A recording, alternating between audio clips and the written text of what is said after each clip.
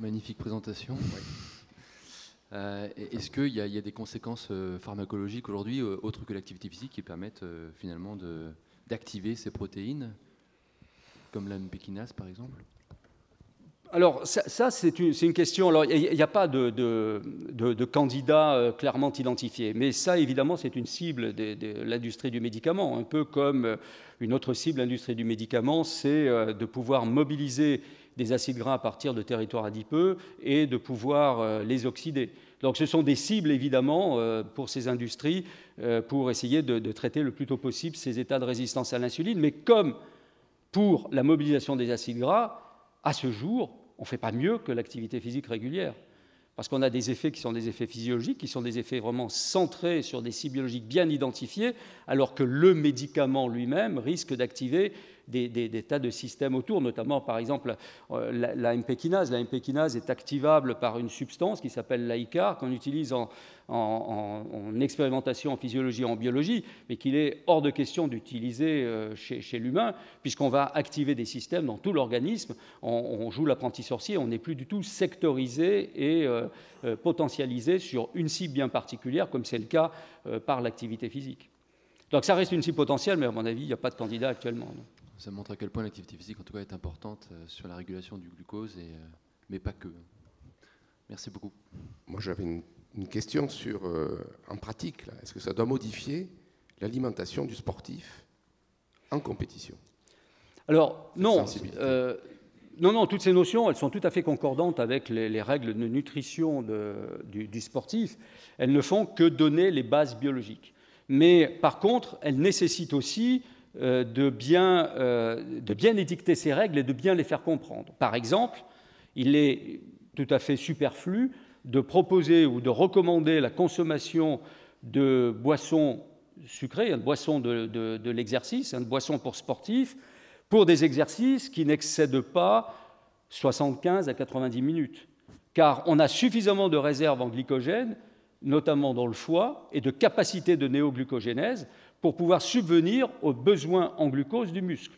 La prise de boissons énergétiques, donc je dis bien énergétiques, donc qui contiennent du glucose, ne sera envisagée que pour des exercices qui seront associés avec une baisse importante du glycogène, donc au-delà de 75 à 90 minutes. Donc toutes ces notions-là permettent de clarifier et d'encore d'appuyer un peu mieux sur les règles élémentaires de nutrition du sportif. Mais ça ne change pas radicalement ce qui se fait.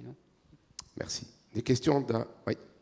Oui, ce problème d'hypotardive, c'est un problème qu'on a très fréquemment en diabétologie. Hein. Les patients le connaissent très bien, mais avec une très forte hétérogénéité. C'est-à-dire, en fait, pour un exercice quasi identique, certains vont vous dire que finalement, ils font systématiquement une hypo la nuit, alors que d'autres, ça leur arrive pratiquement jamais. Est-ce qu'on a une idée de cette réponse hétérogène? Pourquoi certains patients répondent plus que d'autres? C'est le premier point que je voudrais que vous évoquiez. Oui, alors, votre réflexion n'étonne pas, évidemment, parce que cette très grande variabilité interindividuelle, on la retrouve pour toutes les situations de réponse à un stress, quel qu'il soit, mécanique, hormonal, métabolique, etc.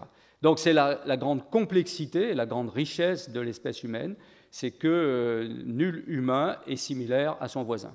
Donc, c'est une très, très grande complexité d'analyse. L'une des pistes quand même importantes vers laquelle on s'oriente actuellement, c'est l'activation de ces deux protéines de régulation de la sensibilité du signal insuline que j'ai évoqué tout à l'heure, hein, AS160 et TBC1D1, qui sont des protéines qui vont se phosphoryler sur des sites bien particuliers. Et on sait que la capacité de phosphorylation de ces protéines par d'autres kinases va aussi dépendre du micro-environnement de ces enzymes et très probablement aussi de l'hétérogénéité ou tout au moins de polymorphisme de gènes qui vont constituer ces protéines elles-mêmes.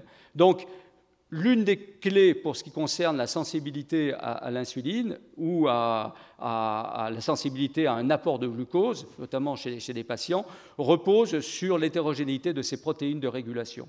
C'est l'une des hypothèses, l'un des candidats à étudier. La deuxième question concernant les insulinosécréteurs, est-ce que finalement ils interviennent dans le jeu Si on prend l'inhibiteur de la DPP4 ou des sulfamides, vis-à-vis de l'insulinosécrétion, qu'est-ce qui se passe pour ces patients, c'est-à-dire dans tous les mécanismes que nous avez montrés? Là, j'avoue que c'est une question beaucoup plus de diabéto à laquelle je ne pourrais pas répondre ou je répondrais des bêtises. Donc, Joker. Une autre question? On arrête, c'est fini. À table. Non, on ne va pas à table, c'est pas fini du tout.